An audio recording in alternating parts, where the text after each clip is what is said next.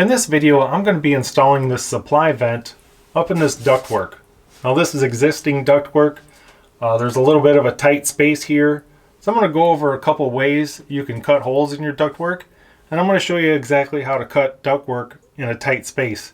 Which is, if ductwork is already existing, it's very hard to get into some places with tin snips or aviation snips, whatever you want to call them. So I got a quick and easy way how to get in a tight space and cut this ductwork out. And that's what I'm going to go over in this video.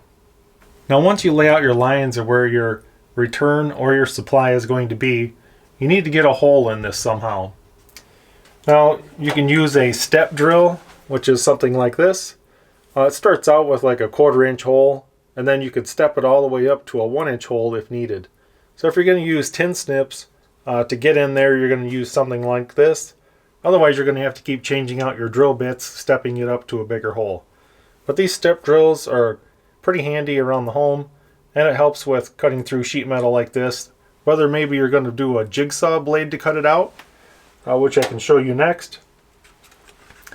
You're going to want a very fine-toothed jigsaw blade. If you have the room, you can certainly cut it out with this. Or, I don't recommend, but if it's the only thing you have, you can use a sawzall blade.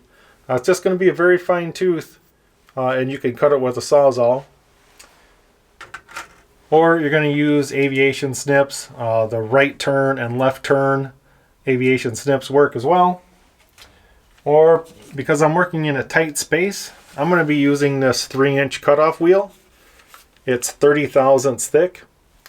And you can get these arbors at like Harbor Freight, Lowe's, Menards has them. And this is going to be a metal cutoff wheel that you can put into a drill. Now if you need to get a really tight space, you can get one of those 90-degree drills where the head is only maybe about 2 inches thick. And then it's going to be a little longer here, so you can get up into a really tight space, you know, with maybe about 3.5 inches of clearance. And you can just spin this wheel. You don't need to start with a hole.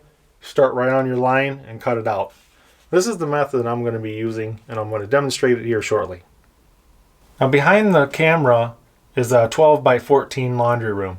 You got the water softener, washer dryer, there's a craft working area, utility sink, but there's no supply back here.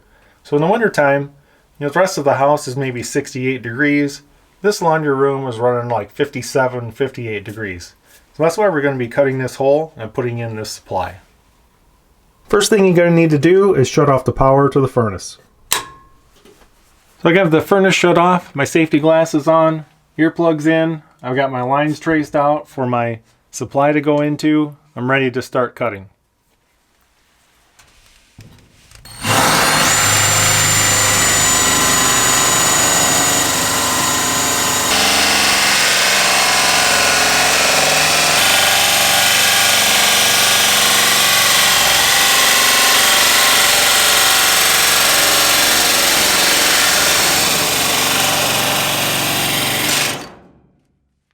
I like to take some fine sandpaper and just go around the inside and outside edges of this.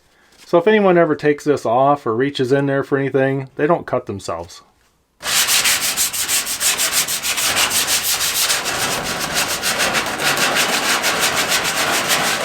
And now if you're able, get a shop vac in here and vacuum out some of the metal dust.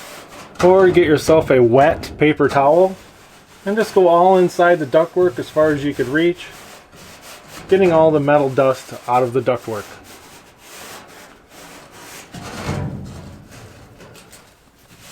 Got your ductwork all cleaned out. You've got your cutout all deburred. You can go ahead and insert your supply. We're going to go ahead and attach that with some self-tapping screws.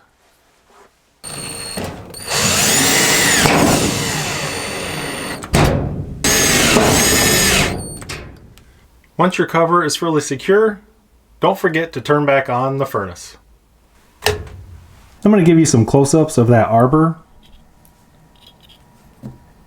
Like I said, these can be found at Lowe's or Harbor Freight. And there's the cutoff wheel, and I'll put links in the description below on how to buy this stuff off Amazon. These discs normally come with a 3/8 hole, so you just want to make sure the arbor is rated for 3/8 diameter hole in the cutoff wheel. So the total time it took to install that supply cover was about 10 minutes. And about 5 minutes of that was me messing with the camera. Hope you guys found this video helpful and informational, and thanks for watching.